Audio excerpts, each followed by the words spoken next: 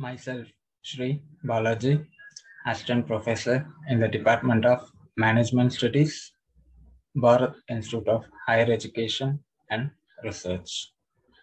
The topic is about business ethics, corporate social responsibilities, and governance. Objectives of planning in India. In India, the first 5-year plan began in the year 1951 to 52. Although the objectives of these plans were different, we can identify some of the objective long-term and broad objective of Indian planning. Rising the growth rate. The economic planning in India was to bring about rapid economic growth through the growth in agriculture, industry, power, transport, and communications, and different other sectors in our economy. Further, the growth in real national income was considered to be the basis for an increase in per capita real income and an improvement in the physical quality of life. The maximum number of people, the growth in national output must be higher than the growth rate in population for an increase in per capita output. India planners aimed at increasing national income and per capita income on the assumption that the continuous growth in national income and per capita income would remove the problem of poverty and raise the standard of living for the maximum people of the country. Rising the investment in income ratio. Growth in investment as a proportion of national income was also one of the important long-term objectives of Indian 5-year plans. Achieving self-reliance. This objective was considered to be an important objective for keeping the growth activity free from political pressures of dominant capitalist countries of the world. India had to import a huge quantity of food grains from abroad for a considerable period. Again, she has to depend on foreign countries for the import of heavy machinery, transport equipment, machine tools, electrical instruments, and so on. This was required for the expansion of the industrial sector for building a strong infrastructural base in India after independence. Hence, it was quite natural that the developed capitalist countries supplying food grains, machineries, and capital to India used to take full advantage of their strong bargaining power by imposing different conditions while extending such help in many causes. The domestic economic policies are also influenced by such conditions. Because of all these reasons, a self-reliant economic growth became a major objective of economic planning in India, particularly since the inception of the third 5-year plan. Removing unemployment. Removal of unemployment and underemployment can be regarded as a precondition for the elimination of poverty. It was assumed by Planning Commission that an increase in investment would accompany not only an increase in national output, but also a rise in employment opportunities. This argument was put forward by the Planning Commission quite explicitly during the third-year plan. The Planning Commission, however, believed that the removal of unemployment would lead to increase in GDP. on the one hand and improve the standard of living of the people on the other hand, reducing the incidence of poverty. Various plan documents have all along indicated that the policy of the government of India is to reduce the incidence of poverty. The problem of poverty has been considered as one of low productivity of a large section of the people.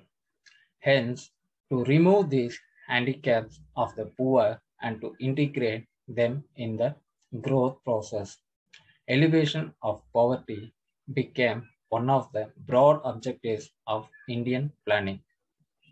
So, the long run objective was to free the economy from the vicious circle of poverty which encircles the economy, not only with poor purchasing power, low savings, low capital formation, low productivity, and low level of national output, but also with a poor physical quality of life.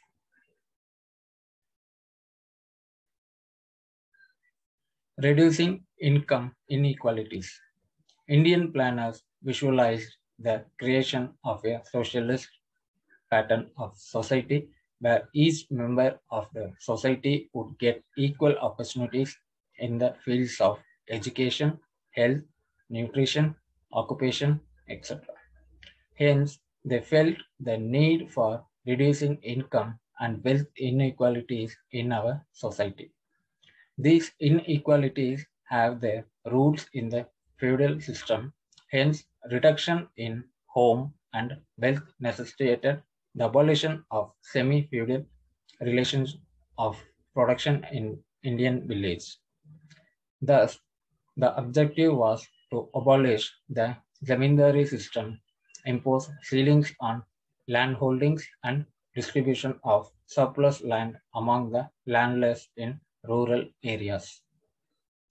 Income and wealth inequalities arising out of industrialization and growth were far more complex. The Planning Commission felt the need for imposing some restrictive and fiscal measures, like by imposing higher rates of direct taxes on high incomes to tackle this problem, further to reduce the disparity between urban and rural sectors. The Planning Commission suggested various measures to raise agricultural productivity, development of agro-based industries, a fair price to farmers for the products, and so on. Stages of economic growth. Professor W. W. Rastow has divided the process of transformation into 5 stages of economic growth. First stage, traditional society. Rostow has described traditional society as one whose structure is developed within limited production functions based on pre-Newtonian science and technology. It means primitive and old methods are used for production. Production is meant for consumption. Consumption is very limited. There are no concept of saving and invested in the economy. The civilization of Middle East is the best example of this type. Second, pre-takeoff stage. In this stage, people think for a higher standard of living. To achieve this good, structural and economic changes take place in the economy. Saving and investment in particular activities are encouraged. Education is also spread. This is the period when preconditions for takeoff are developed. The emergence of new investors and entrepreneurs cause an upward trend in trade and commerce. Thus, all the efforts are made to fulfill the preconditions of economic growth. Third, takeoff stage. According to Rostow, takeoff is the stage of industrial revolution with the use of improved technology.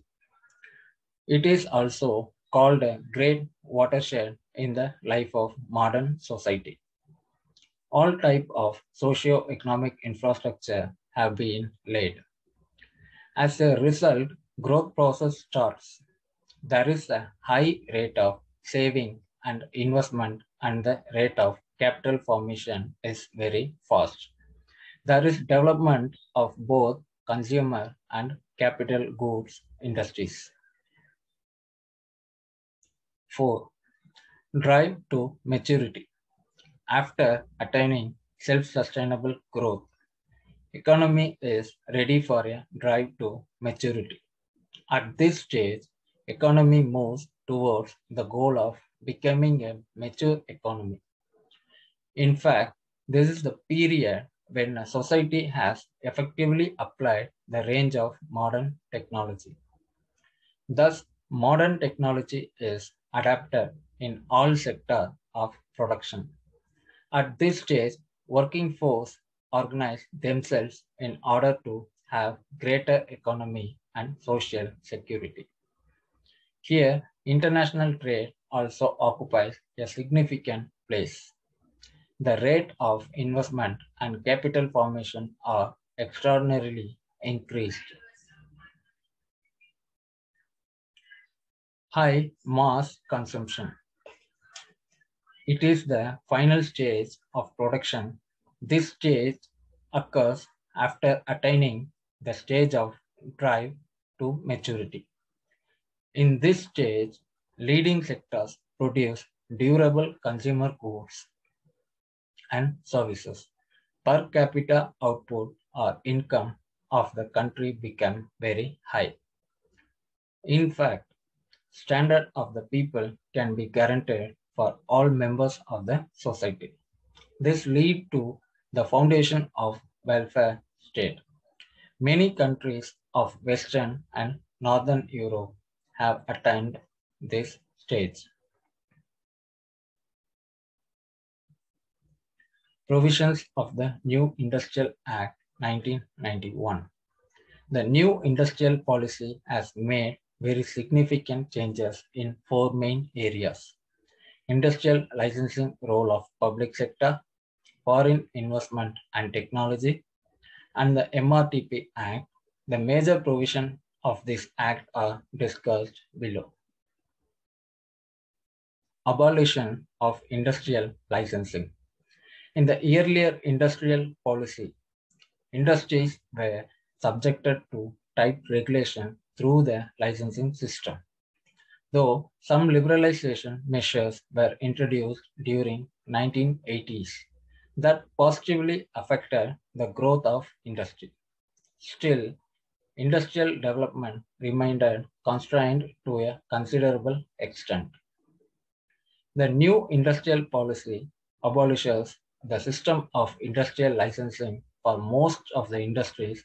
Under this policy, no license are required for setting up new industrial units or for substantial expansion in the capacity of the existing units, except for a short list of industries relating to country security and strategic concerns, hazardous industries, and industries causing environmental degradation. To begin with, 18 industries were placed in the list of industries that require license. Through later amendment to the policy, this list was reduced. It now covers only 5 industries relating to health, security, and strategic concerns that require compulsory licensing. Thus, the industry has been almost completely made free of the licensing provisions and the constraints attached with it. De-reservation of industries for public sector. The public sector, which was conceived as a vehicle for rapid industrial development, largely failed to do the job assigned to it. Most public sector enterprises became symbols of inefficiency and imposed heavy burden on the government through their perpetual losses. Since a large field of industry was reserved exclusively for public sector, where it remained a virtual non-performer, the industrial development was thus the biggest casualty. The new industrial policy seeks to limit the role of public sector and encourage private sector's participation over a wider field of industry. With this view, the following changes were made in the policy regarding public sector industries. Reduced reservation for public sector. Out of the 17 industries reserved for the public sector under the 1956 industrial policy, the new policy de-revised by 9 industries and thus limited the scope of public sector to only 8 industries. Later, a few more industries were de-reserved and now the exclusive area of the public sector remains confined to only 4 industrial sectors, which are defense production, atomic energy, railways, and minerals used in the generation of atomic energy. Efforts to revive loss-making enterprise. These public enterprises, which are chronically sick and making persistent losses, would be returned to the Board of Industrial and Financial Reconstruction or similar other high-level institutions created for this purpose. The BIFR or other such institutions will formulate schemes for rehabilitation and revival of such industrial units. Disinvestment in selected public sector industrial units. As a measure to raise large resources and introduce wider private participation in public sector units, the government would sell a part of its shareholding of these industries to mutual funds, financial institutions, general public, and workers. For these purposes, the Government of India set up a Disinvestment Commission in August 1996, which works out the modalities of disinvestment on the basis of recommendations of the Disinvestment Commission. The government sells the shares of public enterprises.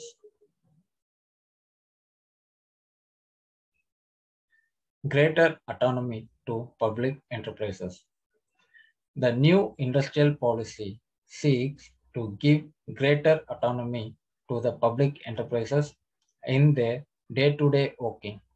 The trust would be on performance improvement of public enterprise through a mix of greater autonomy and accountability. Liberalized policy towards foreign capital and technology. The inflow of foreign capital and import of technology was tightly regulated under the earlier industrial policy. Each proposal of foreign investment was to be cleared by the government in advance. Wherever foreign investment was allowed, the share of foreign equity was kept very low so that majority of ownership control remains with Indians. But such a policy kept the inflow of foreign capital very small and industrial development suffered for want of capital resources and technology. The July 1991 industrial policy made several concessions to encourage flow of foreign capital and technology into India. Relaxation in upper limit of foreign investment. The maximum limit of foreign equity participation was placed at 40% in the total equity capital of industrial units which were open to foreign investment under the 1991 policy. This limit was raised to 51%. 34 specified more industries were added to this list of 51% foreign equity participation. In some industries, the ratio of foreign equity was raised to 74%. Foreign direct investment (FDI) was further liberalized and now 100% foreign equity is permitted. The case of mining, including coal and lignite, pollution control related equipment, projects for electricity generation, transmission and distribution, ports, harbors.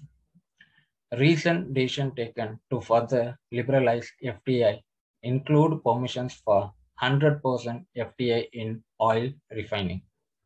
All manufacturing activities in special economic zones, some activities in telecom,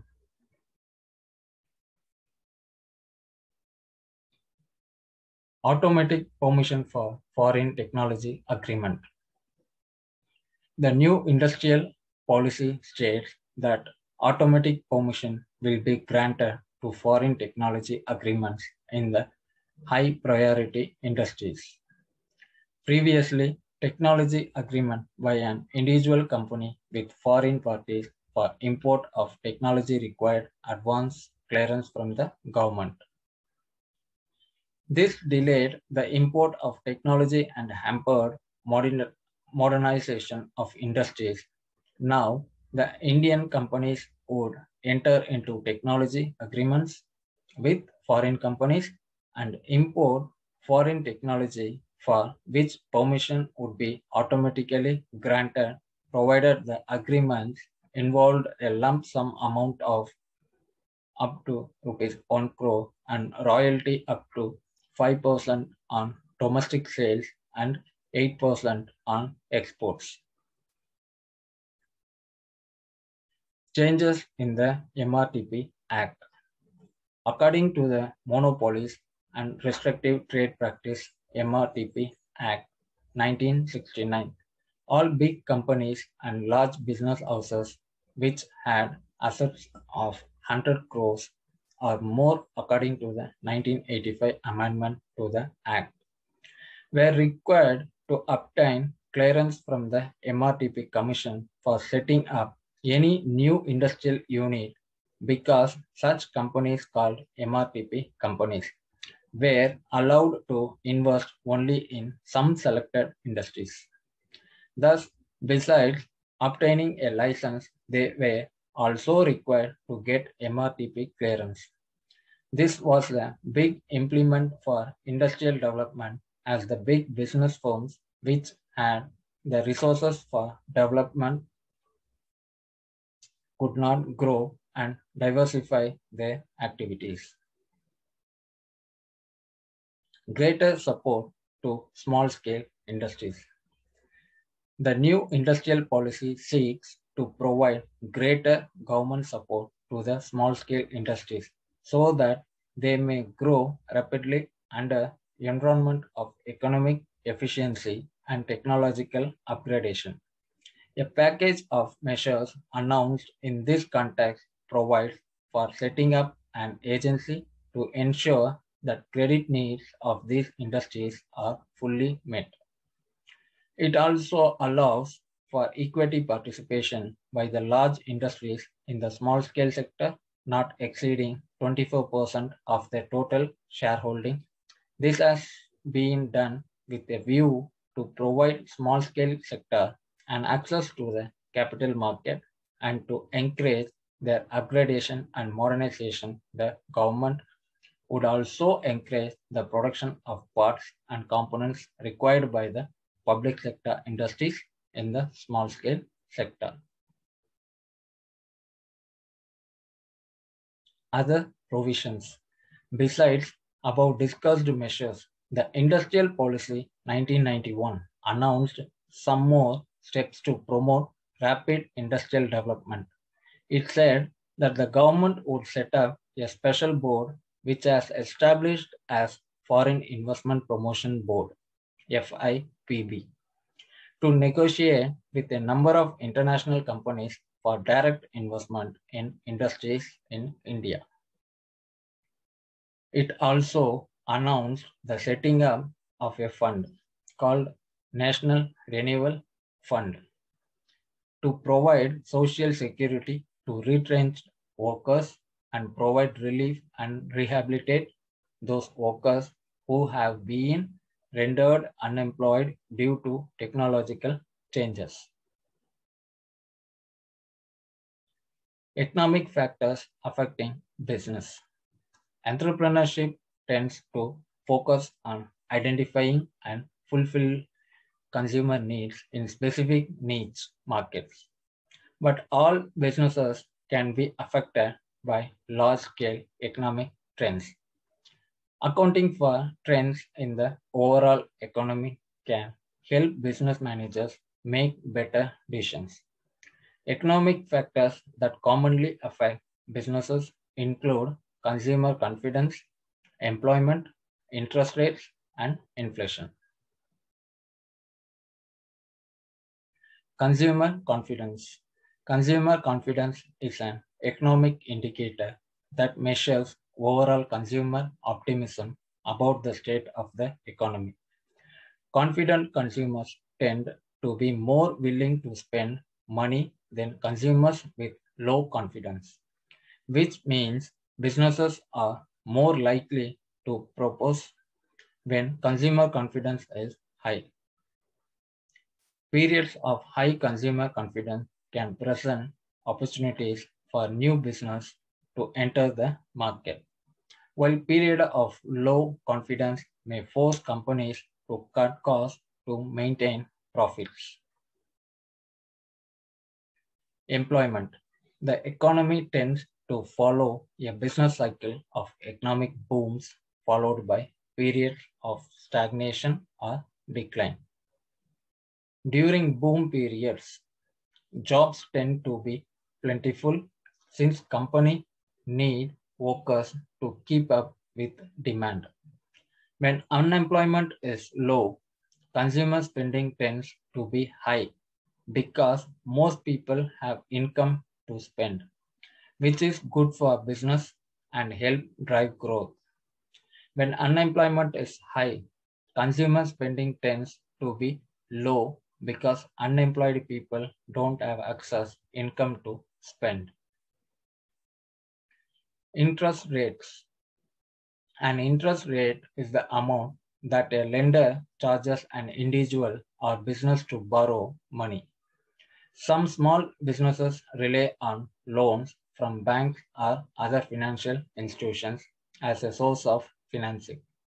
Higher interest rates result in higher total business expenses for companies with debt. High interest rates can also reduce consumer spending because high rates make it more expensive for consumers to take out loans to buy things like cars and homes. Inflation. Inflation is the rate at which prices in the economy are increasing. Inflation causes increases in business expenses such as rent, utility, and cost of materials used in production. Rising costs are likely to force businesses to raise prices on their own products and services to keep pace with inflation and maintain profits. Inflation can reduce the purchasing power of consumers unless employers increase wages based on the level of inflation. CRISIL. CRISIL are Credit Rating and Information Services of India Limited. It's the leading rating company in India. Besides, CRISIL also deals with matters related to risk and research. It also has the credit of being a reputed policy advisor company. A division of McGraw Hill Companies, Standard & Poor's is the major stakeholder of CRISIL. CRISIL has played an important role in India debit market. Besides, It also extends services to the international clients. Services offered by CRISIL, both in the domestic market as well as international markets, include the following: corporate advisory and infrastructure risk assessment, credit rating, energy fund service, risk management, conducting extensive research on Indian economy, companies, industries, global equity research. Facts about CRISIL. CRISIL has rated cumulative debit of approximately rupees 7.8 trillion. It has remained a leader in the Indian rating market by maintaining a 60% share. CRISIL is the foremost company in India to have rated state governments, banks, and urban local agencies. Standard & Poor's, which is CRISIL's major shareholder, caters to risk evaluation, credit ratings, indices, provides data related to investment research. Ratings for governance and value creation was first launched by CRISIL. CRISIL was also the first company to rate scrutinization transactions, securitization transactions, receivables from sales tax, and receivables from personal loans. CRISIL rating activities. Rating of bonds and debentures, which are long-term instruments, structured obligations, preference shares are rated by CRISIL. It also rates fixed deposits, short-term instruments like short-term deposits, as well as programs related to commercial paper are also rated by CRISIL. With regard to ratings of bank loans, the facilities of credit offered to the customers are also rated by CRISIL. CRISIL has the credit of rating the state governments of Andhra Pradesh, Maharashtra, Karnataka, and Gujarat. It has rated several joint ventures as well as subsidiaries of many multinational companies. CRISIL also rates real estate projects of several real estate companies. It works in association with the National Real Estate Development Council. Corporate citizenship. Corporate citizenship involves the social responsibility of business and the extent to which they meet legal, ethical, and economic responsibilities. As established by shareholders, the goal is to produce higher standards of living and quality of life for the communities that surrounded them and still maintain profitability for stakeholders. The demand for socially responsible corporations continues to grow, encouraging investors, consumers, and employees to use their individual power to negatively affect companies that do not share their values. Breaking down corporate citizenship. All businesses have basic ethical and legal responsibilities. However, successful businesses establish a strong belief in corporate citizenship, showing a commitment to ethical behavior by creating a balance between the needs of shareholders and the needs of the community and environment in the surrounding area. Development of corporate citizenship. There are stages that companies go through during the process of developing corporate citizenship. Companies rise to the higher stage of corporate citizenship based on their capacity and credibility when supporting community activities. A strong understanding of community needs and their dedication to incorporate citizenship within the culture and structure of their company.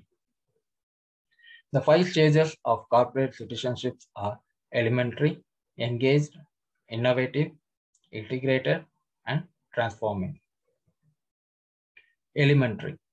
In the elementary stage, known also the complaint stage, a company's citizenship activities are basically an undefined because there is a scant corporate awareness and little to no senior management involvement. Small businesses in particular tend to linger in this stage. They are able to comply with the standard health, safety, and environmental laws, but they do not have the time nor the resources to fully develop a greater involvement in community activities. Engaged.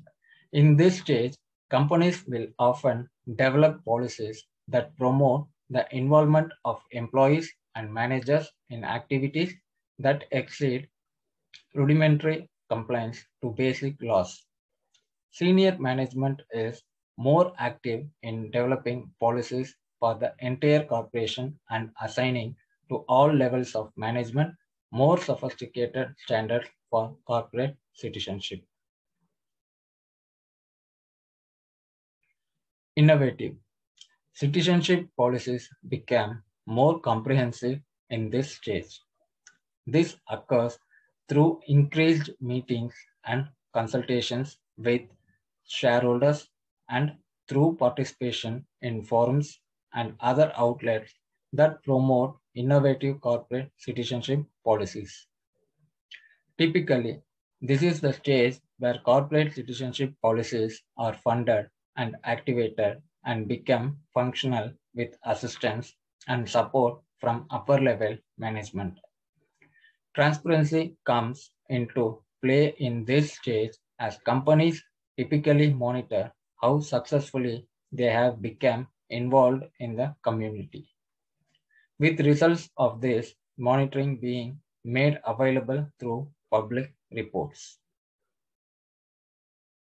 Integrated. Citizenship activities are formalized and blend in fluidly with the company's regular operations. Performance in community activities is monitored. Citizenship activities are driven into the lines of a business. Consultations with shareholders continues, and some companies may even set up formal training in the area of community involvement for employees and management. Transforming. Companies that have reached this stage understand that corporate citizenship plays a strategic part in fueling sales, growth, and expansion to new markets. Economic and social involvement, support, and integration is a regular part of a company's daily operations in this stage.